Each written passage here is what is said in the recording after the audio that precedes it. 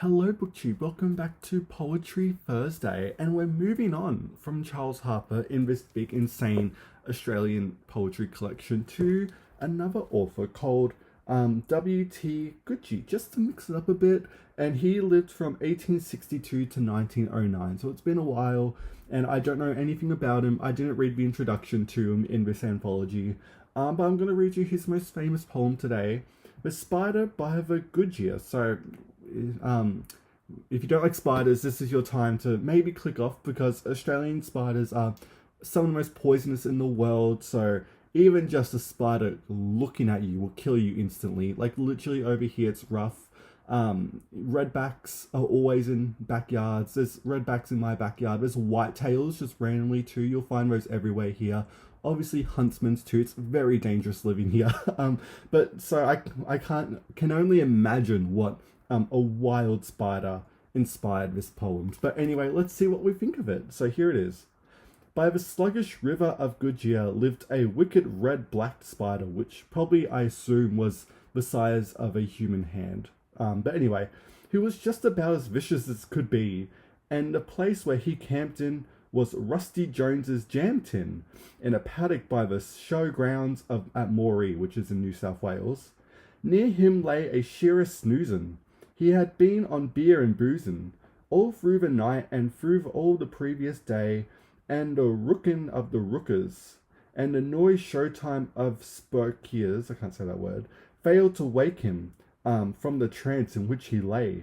Then a crafty-looking spider with a dainty little Sheila, with a dainty little Sheila came along collecting wood to make a fire. Said the spieler, "He's a boozer, and he's going to be a loser. If he isn't you a Christian me a liar." The dialecting is pretty rough. "Hassle round and keep knit, honey, while I fan a mug for money. And we'll have a little luxuries for tea." She answered, "Don't be silly. You go back to Bowley the Billy. You can safely leave the mug to little me." So she circled ever nearer, till she reached the dopey shearer, with his pockets bulging fast, sleeping snug. She did not see the spider that was ringing close beside her, for her mind was on the money and the mug.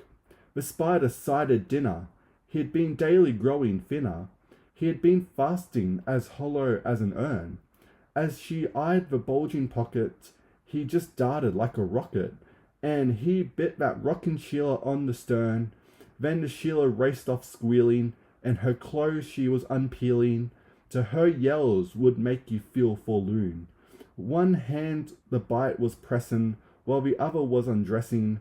She reached the camp, and the same she was born. Then the shearer, pale and haggard, woke, and back to town he shaggered, where he caught the train and gave the boozer rest. And he'll never know the spider that camped beside the Gwydir, I can't say that name, had saved him 60 smackers of the best.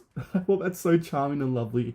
And that girl probably died from that spider bite too. But yeah, that's W.T. Goodge. So we'll see next Poetry Thursday if we can find more from him. But yeah, I thought that was just such a lovely poem.